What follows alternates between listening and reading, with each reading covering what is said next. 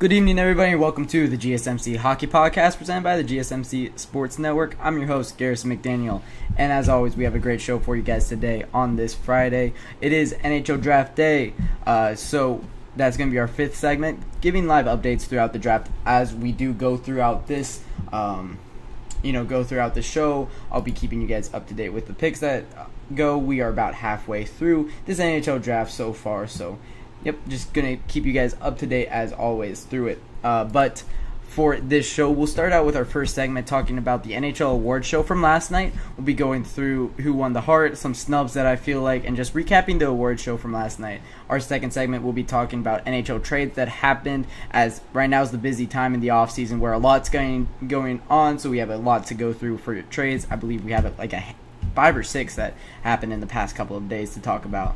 Segment 3, on the backs of the trades that happened, we're going to be talking about the Canucks freeing up some cap space to re-sign key pieces for the team that kind of helped them win the Western Conference this past season. Our fourth segment, we'll be talking about the Oilers general manager, Ken Holland. He stepped down. We're going to take a look at his tenure and see what moves that he did specifically that led the Edmonton Oilers to a Stanley Cup final and why he is stepping down after they went to a Stanley Cup final. So that is our 5 segments on the night. As always, if you guys want to become a bigger part of the show, help support out the GSMC Hockey Podcast in more ways than you guys already do. Use the tips and donations link at gsmcpodcast.net. It goes a long way to support all the creators here at the GSMC Sports Network and is greatly appreciated. Sorry. So as always, sorry, I have a little hoarse in my throat. As always, we're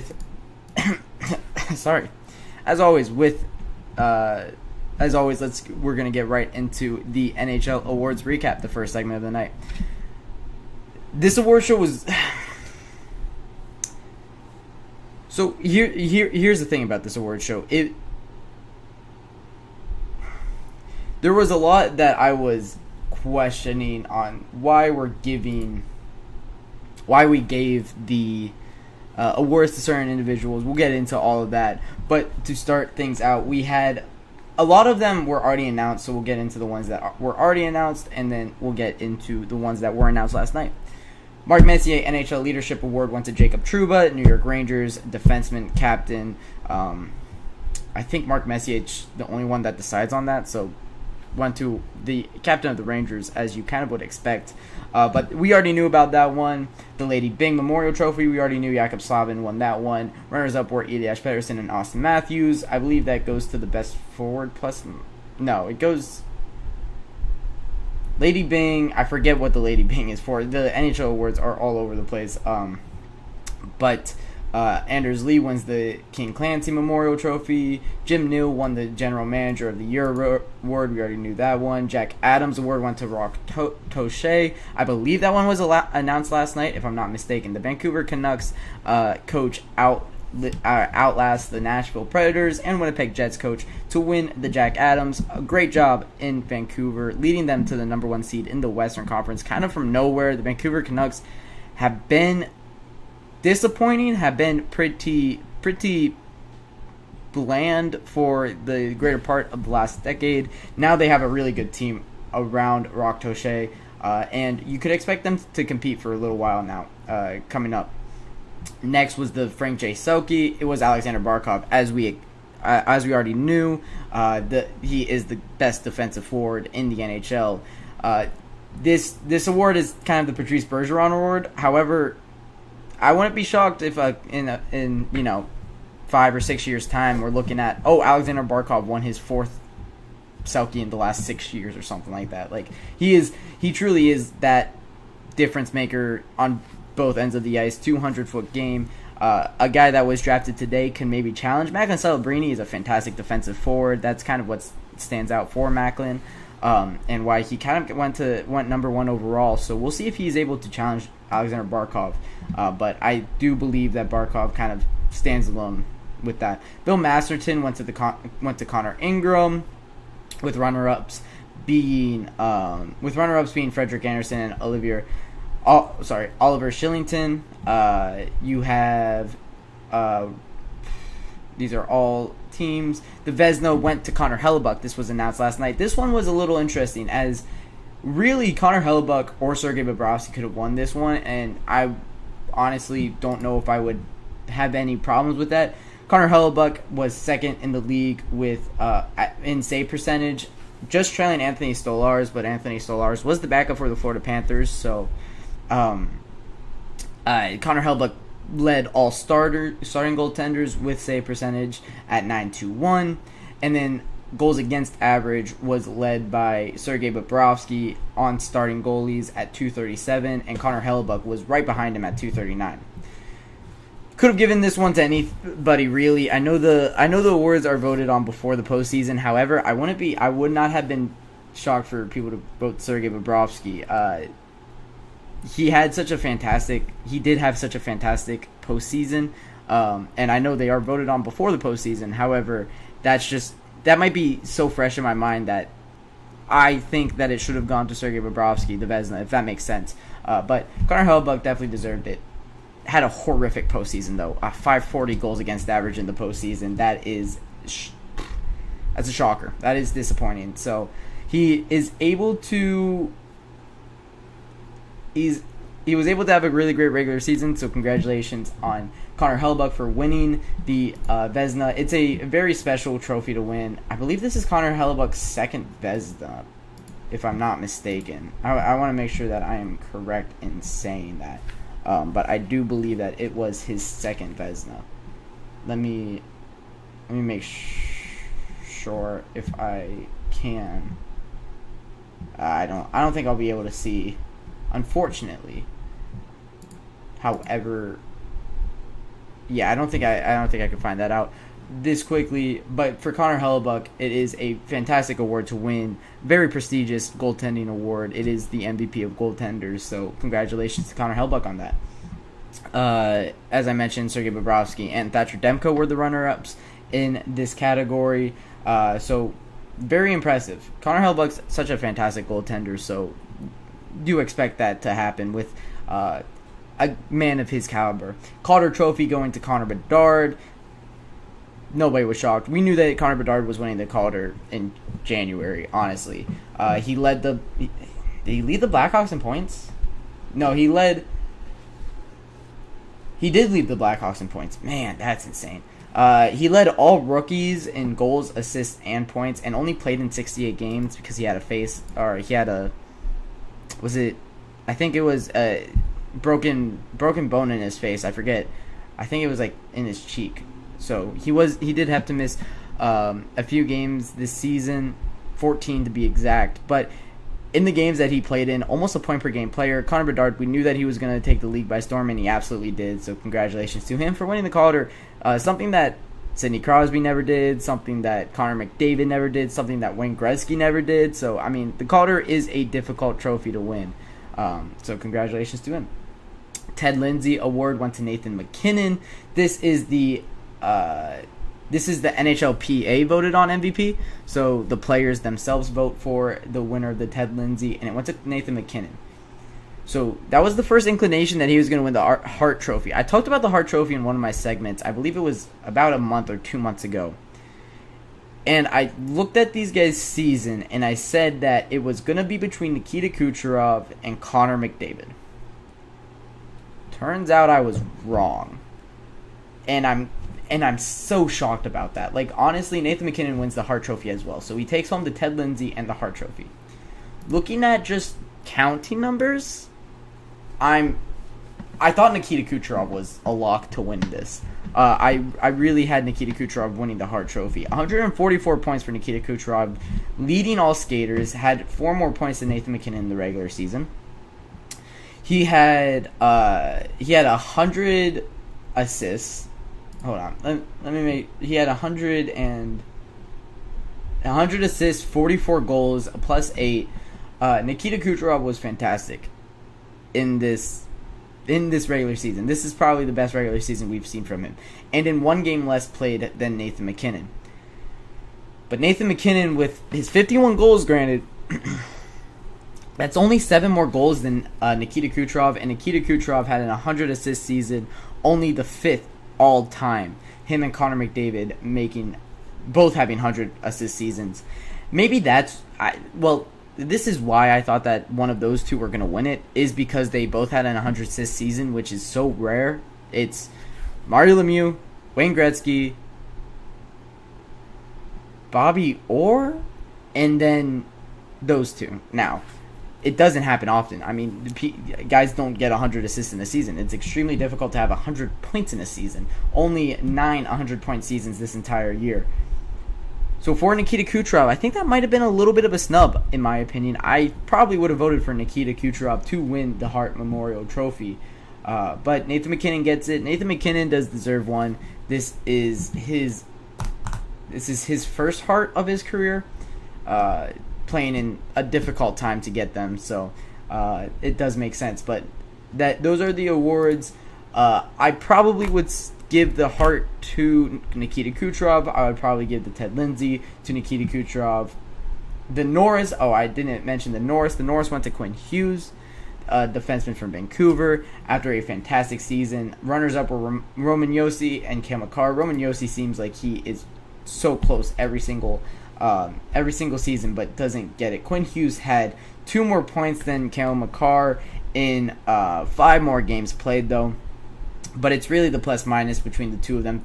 Plus 38 for Quinn Hughes, plus 15 for Cale Makar. That's really the difference that you make between the two of them. Quinn Hughes, I think, deserved to win the James Norris. I felt like that was kind of a lock. Roman Josi, not too far off. He had over a point per game, 85 points in 82 games played on a Nashville Predators team that wasn't too impressive this year. So, impressive from the defenseman of the season. Evan Bouchard was also probably close with 64 assists in 81 games, playing on, we saw it in the postseason how explosive Evan Bouchard really can be. So, congratulations to all those guys. Winning awards for the NHL is always a great deal for anybody that wins awards. So, congratulations to everybody. And we are going to take our first break of the night, and when I get back, we will be talking about the trades that are happening before the draft, because there are a lot to talk about. I feel like I'm losing my mind. Is everybody in the world blind? Please, Lord, give me a sign, a sign. I feel like I'm losing my mind. Is everybody in the world blind? Please, Lord, give me a sign, a sign. I wanna be the greatest. Everybody on the fake shit. I look around and feel like everybody is the fakest. I make this every day and I'm impatient, hoping one day I blow up from the basement. Statement, the top is so vacant. I don't hear shit that I think is amazing. Waiting for my day when I'm playing sold out shows for 1,000 faces. Hey, give me that crown, get in my way and to be put down. It ain't your place, all this my town. If I want that shit, then I'll get it right now. I'm losing it, the noose it fits. I'm losing shit, a stupid myth. You choose to live or choose to dip. You choose to fight or lose your grip and lose a gift. I feel like I'm losing my mind. Is everybody in the world blind? Please, Lord, give me a sign, a sign. I feel like I'm losing my mind. Is everybody in the world blind?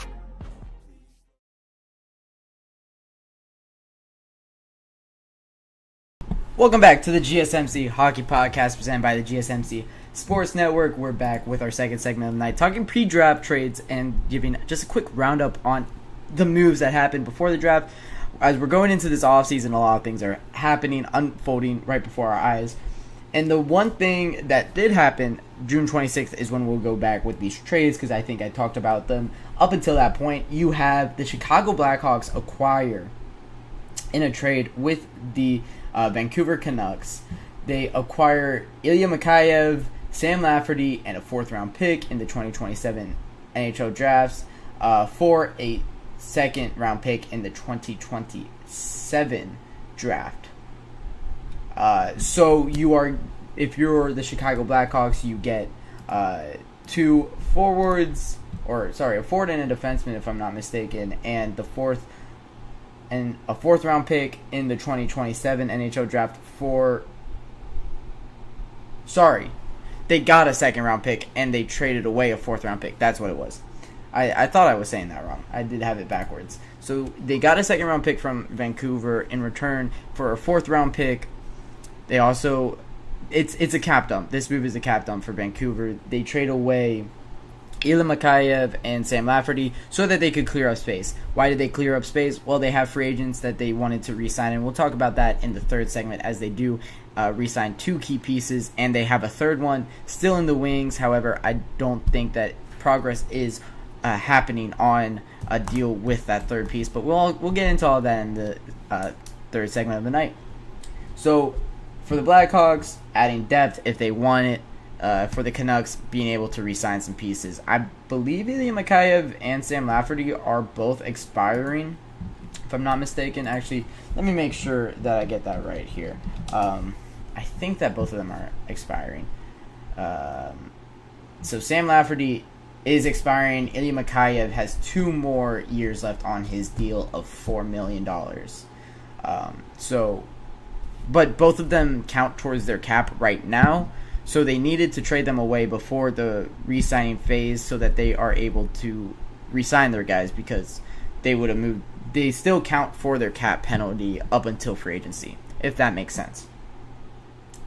So, I mean, it's a good deal if you are the Vancouver Canucks, and it's a great deal if you're the Chicago Blackhawks. The Blackhawks have $30 million to work with. They don't need to re-sign really anybody if they don't want to. They could just kind of use their cap, let teams use them, get a second round pick in a few years for it. Why not? It's a good trade for the Chicago Blackhawks, and it is a great trade for the Vancouver Canucks because it freed up some room. So I would give A- for the Blackhawks. I would give a B+ for the Vancouver Canucks. Both teams do well in that trade. I would just give Chicago Blackhawks just a slight edge in it. Next is a strictly a jump up in this year's draft. The San Jose Sharks acquire the Sabres first rounder this year, which was number 11, for the number 14th overall pick and a second round pick in this year's draft. San Jose Sharks move up to number 11, and we'll talk about who they got at number 11 because I think it is a prospect that I loved. He was in my top 10 of my mock draft, if you guys do recall that. A little glimpse of who they did get for that number 11. But we'll talk about that in my live draft reaction, talking about whether that trade was good for them, because it was...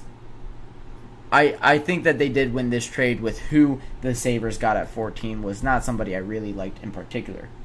Next trade, we're talking about Andrew Mangiapane to the Washington Capitals for a second round pick in the 2025 NHL draft.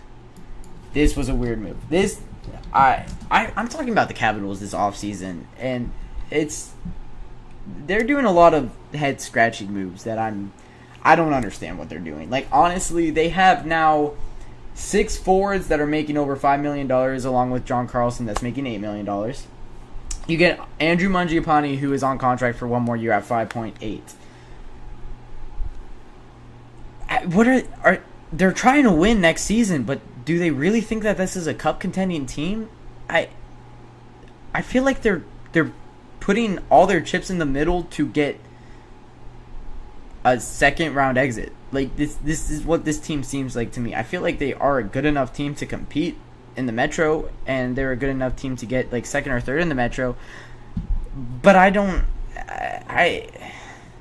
look, it's Alexander Ovechkin, who is 38 years old. He will be 39 years old when the season starts. Then you have Pierre-Luc Dubois, who is making $8.5 million for the next forever 7 years. Pierre-Luc Dubois making $8.5 million for the next 7 years for 40 points. Is that what we're expecting out of him? I don't think that that's too far off. If not, I think that might be exactly what he puts up. So I don't like that. I don't like the Pierre-Luc Dubois contract, and I don't think that he is particularly a top 6 forward. Then you have a 30-year-old Tom Wilson, who probably is the best piece in this entire team, and when Tom Wilson is the best piece in your entire team, that's not That's not great. Tom Wilson had, I don't know if, there it is. Tom Wilson had 35 points in 74 games played.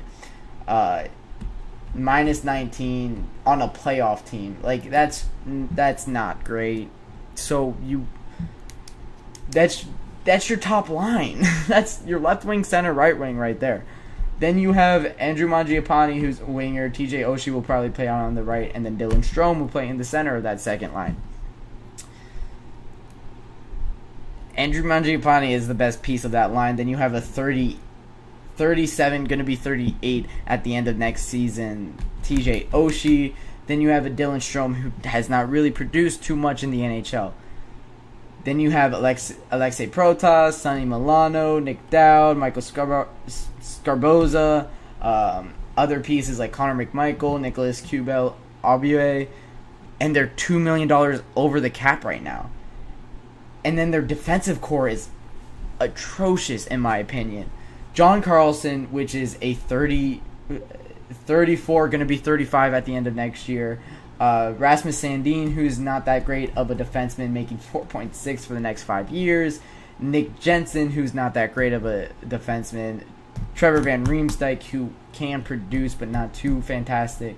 Then like Ethan Bear. Then for goalies, all you have is Charlie Lindgren on your entire roster. Look, the Capitals are doing such a... it's so weird because it seems like they really feel like their prospect pool is so deep because they won back-to-back Calder trophies, so they think that they don't need to set up for the future because they already have a future right now. But truly, I don't think that this team is competing anywhere near the level that they expect to next season. I think on paper, this Washington Capitals team will just be underperforming. This year, it was the 8th team in the Eastern Conference, barely squeaking into the playoffs. And I think they got worse. Like, the deals that they made, you would expect them to get better, but Pierre-Luc Dubois, I think, makes any team worse. And you gave up Darcy Kemper for him, which could have been a good goaltender for you. Andrew Mangiapane, I think, is a fantastic winger. I do like that trade for them if they are going for win now mode, but I just don't think that he fits with the team right now. Then you have Ivan Miroshnichenko, who is not... He isn't developing to the level that you want him to. You have Hendrix Lapierre, who is not developing to the level you wanted him to be. You have other prospects like Dylan McIlrath, or sorry, he's not a prospect. You have other prospects like Vincent Irio, who's 21 years old, who's not developing like you want him to. Yeah, I think that this Washington Capitals team is digging themselves a hole that it's going to take a long time to get out of, especially when you have a guy under contract making $8.5 million for the next 7 years who's a 40-point scorer. The Capitals look like they're in some hard times going forward, so we'll see how that plays out during the season. I don't think that they're going to be particularly good, which is good because I'm a Blue Jackets fan and they're in the Metro. It's all good if they're bad. But 39-year-old Ovi might not have what it takes to carry this team anymore. Next, the Montreal Canadiens moved up in the draft. They moved up to 21st overall for the 25th overall pick, a 2nd and a 7th round pick in this year's draft. That's just a pick swap right there that they get a good prospect for, and the LA Kings still have yet to pick. Or, sorry, I misspoke. It's the 26th overall pick. And the LA Kings have yet to pick, so we'll see who they get with that. I'm also seeing, this is a sidetrack. I'm seeing the Anaheim Ducks logo for the first time, their new one, like actually in action, and I'm seeing the LA Kings old/new logo for the first time in action, and I love them. I actually love them. I think those redesigns were fantastic, but that's a story for a different day. Going forward with the NHL trades today, there was a trade with the Columbus Blue Jackets. They traded forward Alexander Texier for a 4th-round pick. Alexander Texier put up 72 points in his 201 career games with the Columbus Blue Jackets. Helped them a lot in 2019 in that sweep against the Tampa Bay Lightning, but has not been the same guy since. He got injured in 2021. Took the entire he got injured in 2022. Took the entire season, 22 to 23, off, and then this season he was back, but was he underperformed after spending an entire year in the Switzerland Hockey League. It didn't seem like he was up to par with the NHL standard, and it looked like his career has stagnated. I do have an Alexander Texier jersey in my closet, so this one hurt a little bit for me personally, but hey, that's what happens in sports. Your favorite players get traded all the time. And then today, during the draft, the Minnesota Wild trade up one spot with the Philadelphia Flyers for their 13th overall pick and a third-round pick to get the 12th overall pick. So in my fifth segment tonight, we'll be talking all about the first round, seeing what moves were made here, who the teams got with the moves that they made, and whether or not they were good moves. So that'll wrap it up for my second segment, pre-draft trades roundup. When I come back from my second break of the night, we will be talking about the Canucks re-signing some key pieces.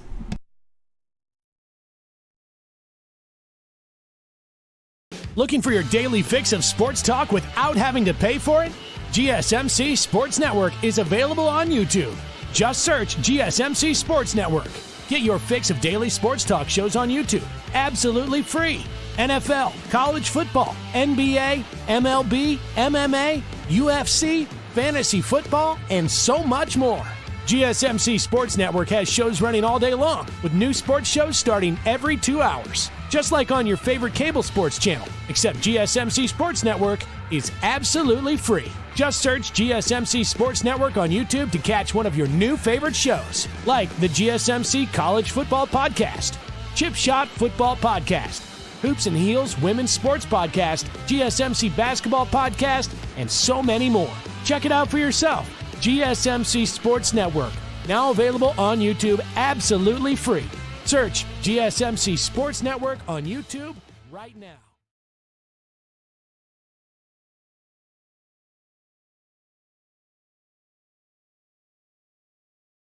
Welcome back to the GSMC Hockey Podcast, presented by the GSMC Sports Network.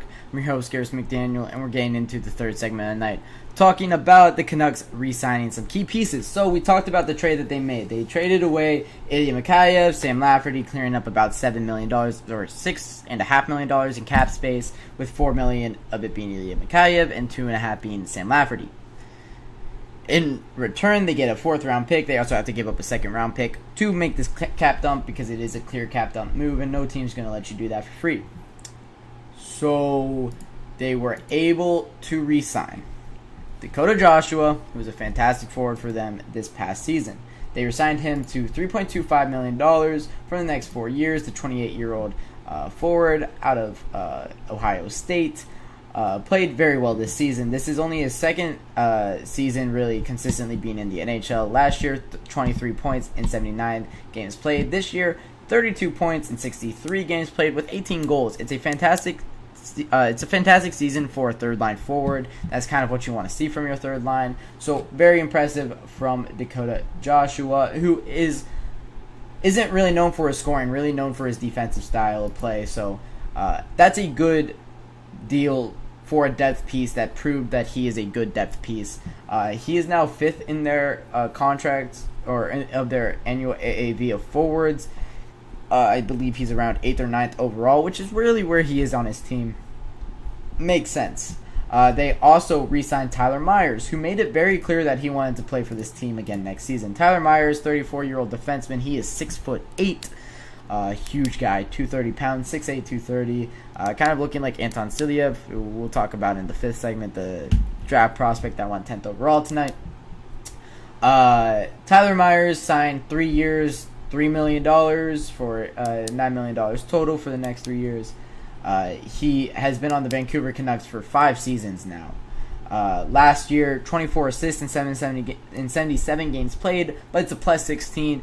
You don't get him for his playmaker ability. You don't get him for his offensive ability. You get him because he's 6'8", and that's invaluable. Getting that size on the blue line, that's fantastic.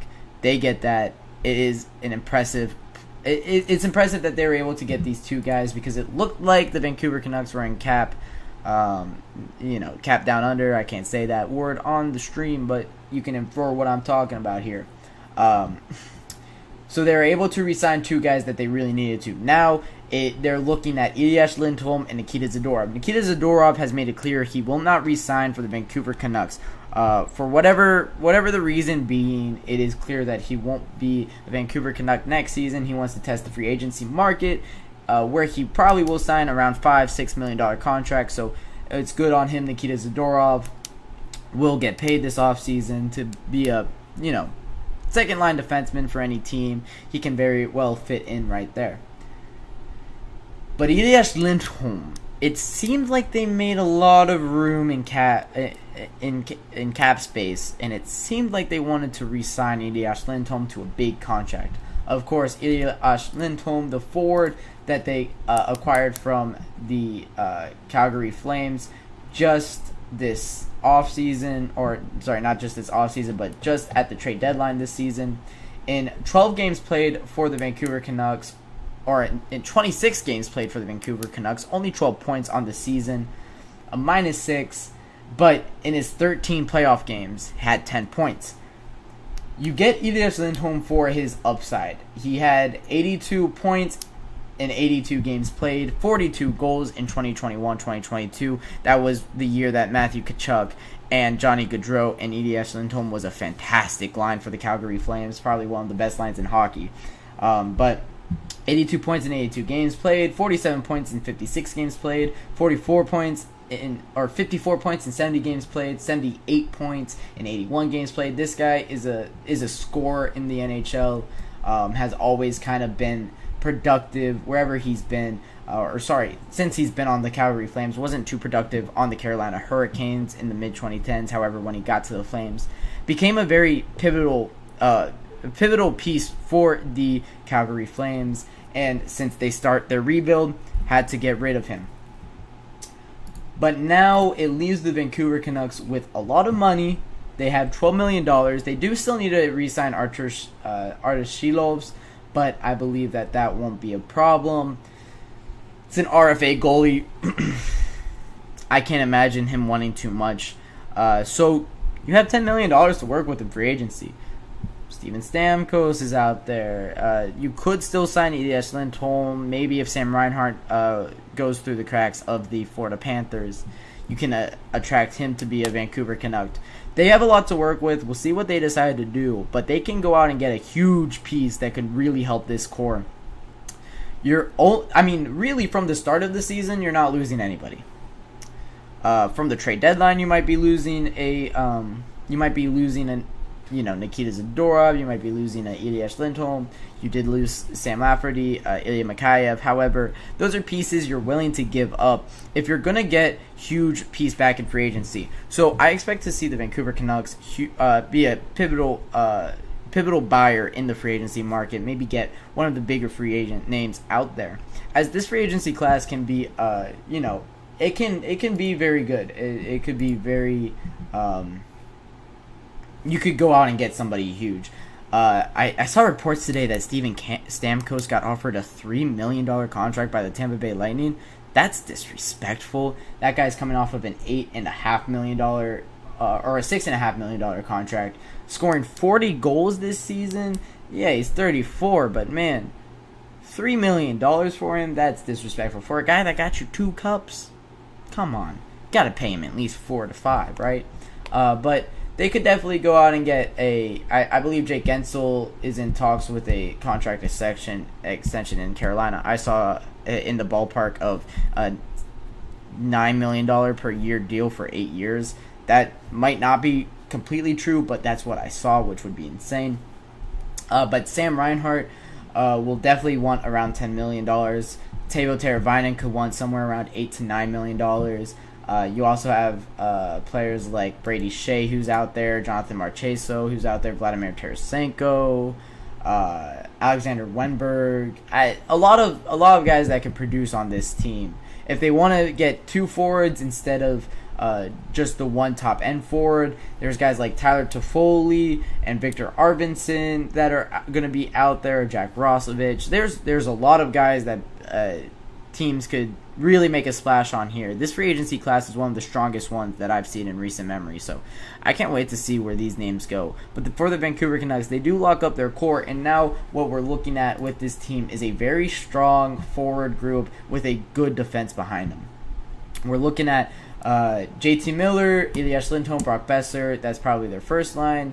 Then you probably go with a Connor Garland, insert center Niels Hoglander, second line maybe, third line being Dakota Joshua, Teddy Bluger, and then maybe Podkolzin, I believe that's how you pronounce that name, and then the fourth line, Philip DiGiuseppe, Niels Oman, Pia Suter could also be on that fourth line. We'll see what they decide to do here, but I do think that they could go out and add 2 forwards and make this team a real cup contender, and it'll be interesting to see. Coming up, they do have Jonathan Lekkerimäki, who I believe could be ready for next season. We've been waiting for him to really make a next step, and this could definitely be the year that he does it. You have, on the defensive side, not too many big names. Coming up for your defense prospects, but I don't think you need it because your defense is pretty good, and you have 6 defensemen under contract. You have Quinn Hughes, Filip Hronek, Carson Soucy, Tyler Myers, Noah Juleson, and Mark Friedman. They might want to improve on Mark Friedman or Noah Juleson, but that's a good defensive core. That's some good forwards. This team's going to be good again next season. They were fantastic last year. Some question marks with the team during this offseason, as it looked like they weren't going to have enough cap for everybody, but they made some room, worked with the Blackhawks. Now this team's ready for next year. We'll see what they do, but I think that their window is definitely now, and this team is a very, very good team. So we'll see what they do in free agency. They are probably one of the biggest teams that I'm looking at to see what they do in free agency, as I think it's clear that they go out and get a big name. So that'll wrap it up for our third segment of the night, talking about the Canucks re-signing key pieces. When I come back, we're going to be talking about the Oilers general manager Ken Holland stepping down out of kind of nowhere as his contract does expire.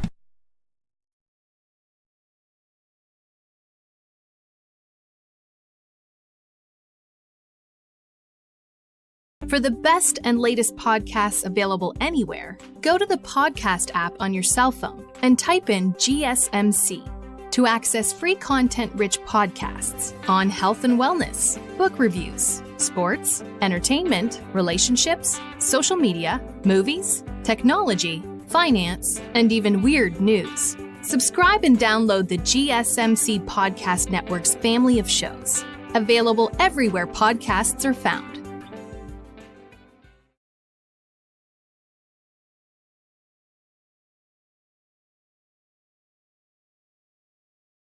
Welcome back to the GSMC Hockey Podcast, presented by the GSMC Sports Network. I'm your host, Garrison McDaniel, and we're going into our fourth segment of the night, talking about the Oilers general manager, Ken Holland, stepping down. They just went on a cup run, and your general manager is stepping down. This was not out of the blue. His contract ran up, and we kind of all saw this coming because they haven't resigned him. Resigned him. But I am still very shocked here. I'll read some of the statements that he made as he did step down over the past 5 seasons as general manager. This is from a statement by the team on Thursday. Over the past 5 seasons as general manager, Ken has not only built the Edmonton Oilers into one of NHL's best teams, but he has also established a deeply rooted foundation of success and a culture of winning that will continue well into the future.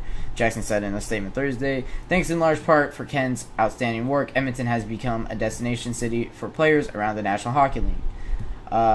Holland's future with the Oilers had been in question for several months, only to have the speculation intensify throughout the team's playoff run.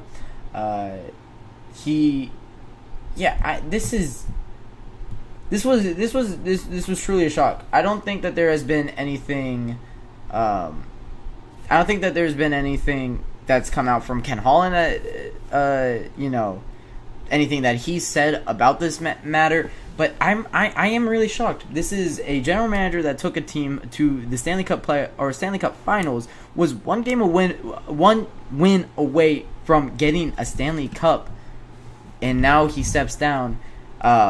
he's out of contract, but I mean, he put together a winning team. I do have his trade history pulled up here, and we're gonna go through from 2019 the trades that he made when he stepped in. So his very first trade was he looked at the Milan Lucic contract and said, that can't happen. We can't be having that. So went out and traded Milan Lucic and a third-round pick to the Calgary Flames for James Neal. Those two teams do not trade within each other, or trade within themselves. So that one was a shock. And then immediately traded John Marino for a 6th-round pick. Got Mike Green for Kyle Brodziak. Traded Sam Gagner for Andres Athanasiou, who was a great forward for the Edmonton Oilers for a couple of years. They got Tyler Ennis for a 5th-round pick. That was a good defenseman for them for a few years. Moving on, they got the first piece for this for this Stanley Cup Finals core in Dmitry Kulikov. They gave up a 4th-round pick for Dmitry Kulikov, who became a bottom pairing defenseman for a Stanley Cup Finals team. So that's an impressive trade for the Edmonton Oilers. You got Duncan Keith from the Chicago Blackhawks in return in a trade with Caleb Jones.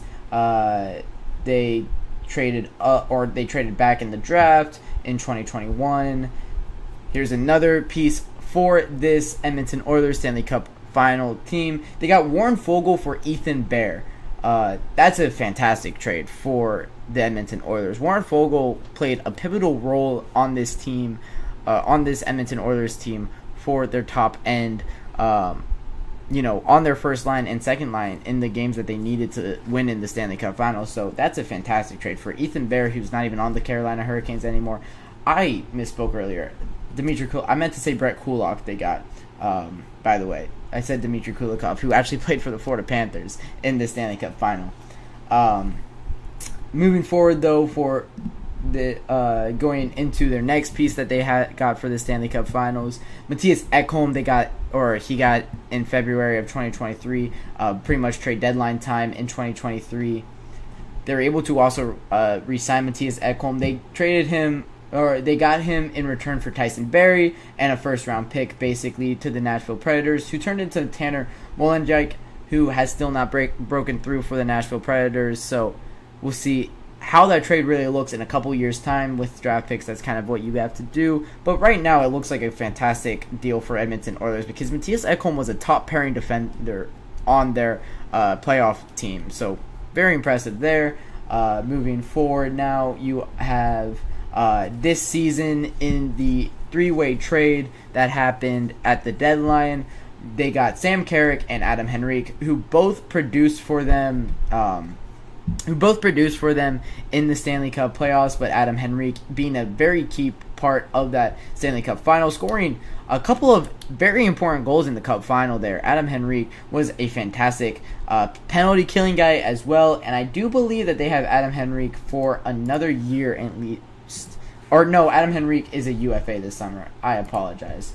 But the Edmonton Oilers didn't build this team through trades, but even in the trades that they made, it has helped to build the team. Getting Adam Henrique, getting Matthias Ekholm, getting Brett Kulak. It's pieces that they needed to make this run happen. They're depth pieces, but you don't want to go out and get this huge name in a trade. That doesn't ever really end well for the team getting the huge name. So the team built a lot through the draft, and a lot of the draft picks were done before Ken Holland's reign. However, since 2019, going out and get Dylan Holloway, who was a fantastic player for them. Going out, they signed Zach Hyman, who was a 50-goal scorer for them this season. That's a fantastic free agency signing. They got production out of Evan Bouchard. That wasn't a draft pick by Ken Holland, but they did put the coaching staff around him that developed him into the player that he is today. Stuart Skinner is a fantastic signing for Ken Holland. They also, I'm trying to just think off the top of my head because I don't have their lines pulled up right now. But Matthias Janmark was a fantastic piece for them this season, along with Nugent Hopkins, McDavid, and Draisaitl were before Ken Holland's reign, but the depth pieces around the team, of course, it is the McDavid, it is Draisaitl, it is Nugent Hopkins that are the big names for this team, but the depth pieces around them were really what got the job done in the Stanley Cup Final in the big moments. It was Mattias Janmark that scored the only goal in the Game 7. It was Mattias Janmark that got the first goal in Game 4, if I'm not mistaken. I know McDavid getting 8 points in those 2 games helps a lot as well. However, Warren Foegele getting the goal from Leon Draisaitl in that Game 6 to open the scoring for the Edmonton Oilers. They put a team around, and Ken Holland put a team around to help build up the Edmonton Oilers. So Ken Holland now, what is the future looking like for Ken Holland? He is still in his 60s, if I'm not mistaken, so he could definitely take over another franchise as a general manager. He was the general manager for the Red Wings and the Tampa Bay Lightning, if I'm not mistaken. Both not the best reigns. The Red Wings were really bad during his reign, and that wasn't really that was just the timeline of the Red Wings at that time. They were just looking, to get better, I would say. So I don't blame Ken Holland, but he did make some bad moves in Detroit, and he did also make some bad moves in Edmonton. As I'm gonna, I talk about the Darnell Nurse contract so often, and I'm going to talk about it again. Darnell Nurse is a horrific contract, and the extension that they gave him is not good. Holland was the one that gave Nurse an 8-year, $74 million deal. That's $9.25 million per year. He's the 8th highest paid defenseman in the NHL, and he doesn't deserve the contract. And that's going to really hurt when they're trying to extend Leon Draisaitl, when they're trying to extend Evan Bouchard, and when they need to re-sign Connor McDavid in a couple years' time. Jack Campbell is another horrible contract. They were trying to sign Jacob Markstrom, but he decided to go with the New Jersey not the New Jersey Devils, the Calgary Flames. So they were kind of left in their backup option. So they go with Jack Campbell, a 5-year, $25 million deal that's still hurting them today. They're going to need to buy out Jack Campbell probably because he just is not producing for their team. He was not on their playoff roster as they decided to go with Stuart Skinner and Calvin Pickard for the playoffs.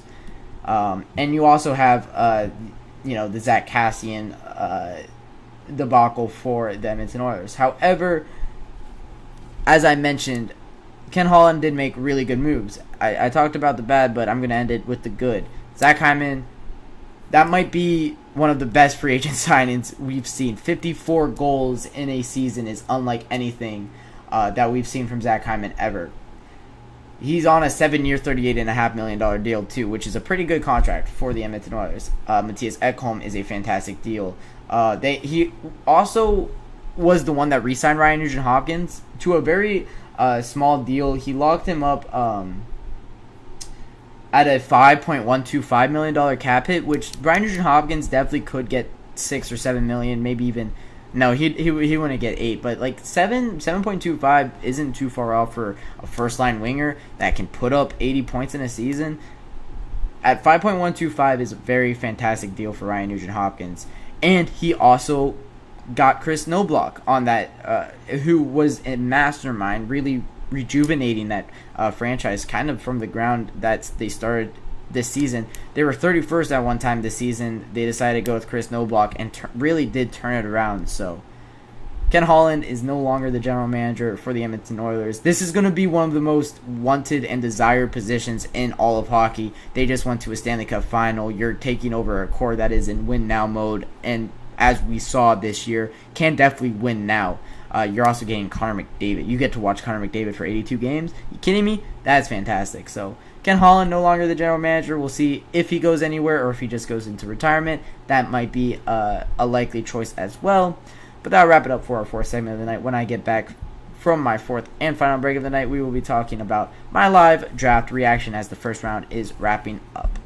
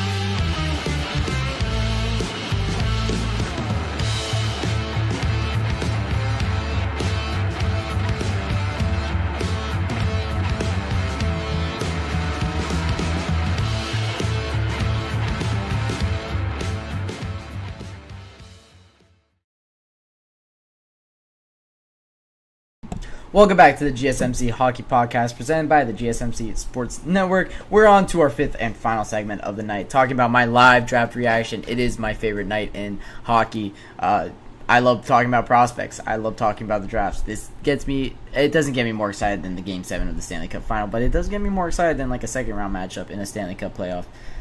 I do love the NHL draft, seeing these guys, dreams come true, seeing these guys that I do scout for, months prior, finally get, to come to fruition, and all the hard work that I do that goes into the scouting, seeing how it unveils, as it is almost always wrong, but I did do a pretty good job this year, and I'm kind of proud of that one. But going into this, it's Macklin Celebrini that's the number 1 overall pick. We all knew that it was going to be Macklin Celebrini being the number 1 overall pick. Center out of Boston University, the best two-way player in this entire draft, has very fantastic hands to go along, and a really great skater too. He does also have a good shot that helps him out a lot as well. Macklin Celebrini was the number 1 overall pick. We all knew that. Next was Artem Levshinov, freshman out of Michigan State. Big Ten Player of the Year out of Michigan State, or Big Ten Defenseman of the Year, not Player of the Year. Player of the Year went to a Michigan forward, if I'm not mistaken. I think it did go to a Michigan forward, or went to Jimmy Snuggerud. It might be Gavin Brindley that got Big Ten Player of the Year. But, anyways, Artem Levshinov, Big Ten Defenseman of the Year, fantastic. He does have a very great offensive mindset, but does play a good defensive game too. He is also he has a pretty good build for a defenseman in the NHL. I think he'll be able to help out the Chicago Blackhawks a lot. Next was the Anaheim Ducks, and I saw a report a couple of days ago, and you guys can check the short that I did on the YouTube channel earlier today. I called it. I said Beckett Sinek could definitely make his way up to number 3 overall. He didn't even know that, and I did. I called it. I said that he could make his way up to number 3. I said it was either going to be Z Byam or Beckett Sinek, and it ended up being, I might be butchering his name, but I've heard like 5 different pronunciations of his name. But he is the number 3 overall pick to the Anaheim Ducks. The winger adds, their forward group is really good, but they also have Pavel Minchikov on the D. On their defensive line. So I think the Anaheim Ducks are really set up. I think there's a couple more years of them being bad, but I think they're on their way up. The Blue Jackets had the number 4 pick, another top 5 pick for the Blue Jackets. It's been like every single year since 2021, since they got Kent Johnson at 5th overall, that they've had a top 5 pick. Kent Johnson at 5th overall, David Jiricek at 6th overall, Adam Fantilli at 3 overall. Now they're adding Caden Lindstrom to that core. Caden Lindstrom, 6'3", center, 225. That guy is a huge body, going to be a fantastic player in the NHL one day. Had back plate separation that held him out for half the season of the WHL season, but he looks healthy, looks good to go, and he will probably play for the Blue Jackets next season. Now the Blue Jackets down the middle for the foreseeable future has Adam Fantilli, Caden Lindstrom, Cole Sillinger, and Dmitry Voronkov. That's a pretty good forward, or that's a pretty good center core with a lot of big bodies there. Dmitry Voronkov's a huge guy, and Caden Lindstrom is huge as well. Then probably the steal of the draft at number 5 overall, Ivan Demidov, probably the most skilled forward of this draft, going to the Montreal Canadiens. And through the first 4 picks, through the first 5 picks, I got 4 of them right. The only one I got wrong was Beckett Sinek, but I did say that he was going to get drafted 3rd overall. I just didn't have any confidence in actually predicting that. So I had Z Byam at 3rd overall. But I don't feel bad with getting that one wrong. Next, I had Silyev on my board. He ended up dropping all the way down to 10th. He dropped all the way down to 10th, was Anton Silyev. I had him up that high because he fantastic. He is a huge body. He's 6'7". He has a fantastic frame. That's what I was gonna say. But it ended up being TJ Ginla here. Utah Hockey Club could have really gone anywhere. They go TJ Ginla, who has the highest floor, as I've heard a lot of scouts say, in this draft. Jerome McGinley's son. I mean, you can't go wrong with getting that genetics on your team. So TJ Ginla goes 6th overall, goes 5 picks higher than his dad went. His dad went 11th overall, so TJ Ginla at 6. Then it was Carter Yakimchuk, the second defenseman off the board, the first of like kind of the rest defensemen. I had this as a little bit of a reach. I had Yakimchuk as kind of the 4th or 5th best defenseman of this draft. 4th or 5th best defenseman of this draft, but him, Zane Parekh, Anton Silyev, Sam Dickinson, those guys could have gone anywhere, and they ended up going pretty subsequently to each other. So it's Carter Yakimchuk at 7, Berkeley Cannon at number 8. I think that is a fantastic pick for the Seattle Kraken. They add a center to match up with Matty Beniers now. That's going to be a pretty good team, the Seattle Kraken will be. Zane Parekh goes number 9 to the Calgary Flames.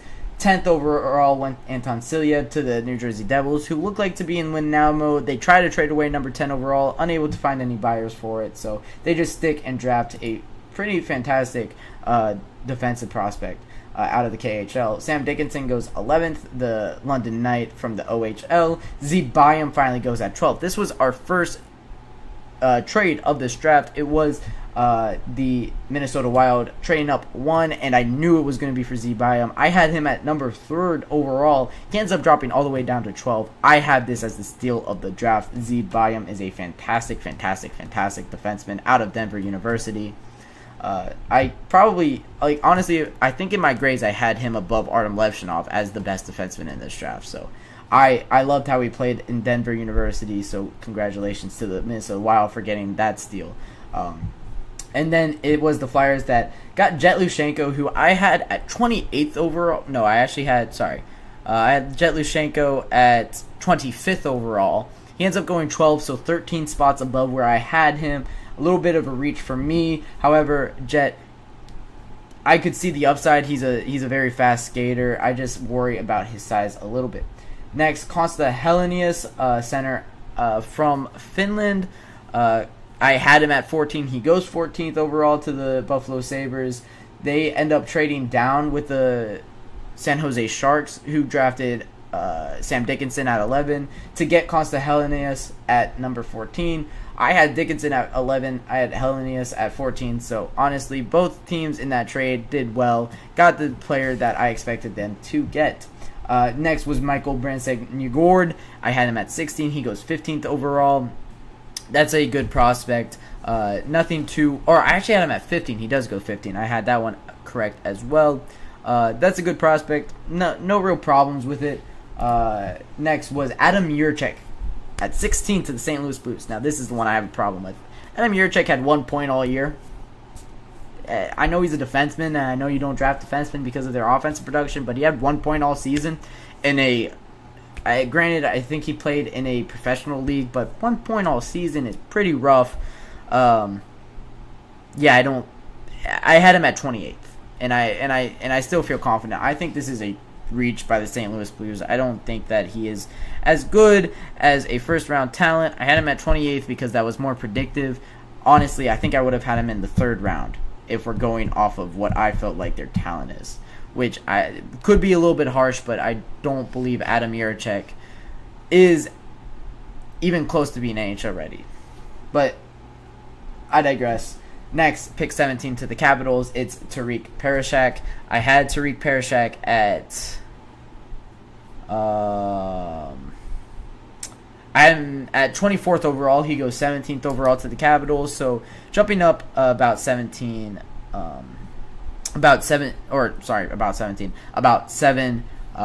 spots. That makes sense. For where we're at in the draft here, it just kind of can go any direction. Next is Sasha Boisvert out of the OHL, if I'm not mistaken, maybe WHL, but Sasha Boisvert I had at 21. He ends up going to 18, right around where I had him. Next, Trevor Connolly, 19. I had him at 18, drops 1 spot from my ranking, but pretty close.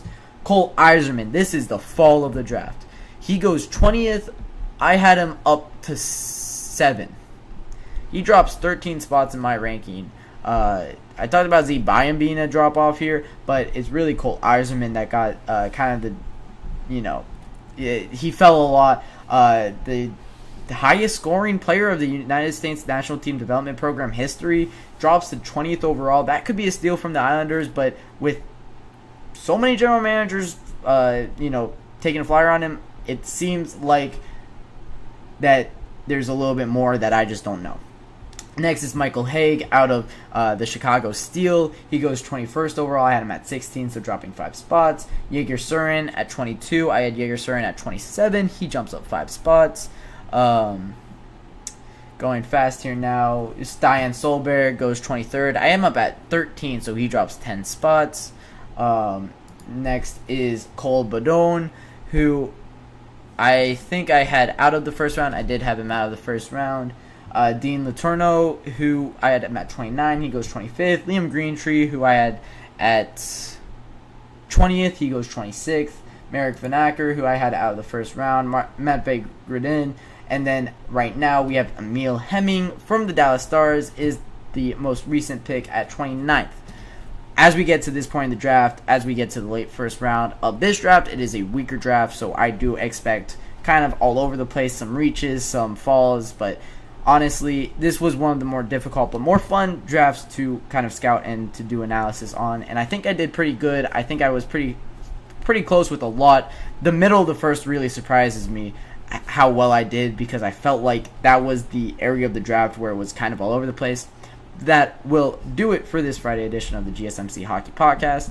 Thank you all for tuning in. All the support means so much. Don't forget to like and subscribe on YouTube. Rate us on any podcast platform that you are listening to on if you did enjoy this episode. Also remember to like or to follow us on TikTok, Twitter, Facebook, and Instagram if you would like more content and updates from the GSMC Sports Network. Thank you all once again for tuning in to the GSMC Hockey Podcast, and all of you have a fantastic and wonderful night.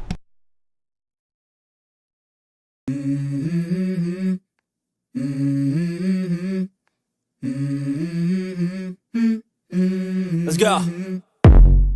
I wake up to a little bit of drool on my pillow, feel like it's gonna be a bad day. Yeah, I'm tired of shit, and the coffee ain't hit yet, damn ain't that great.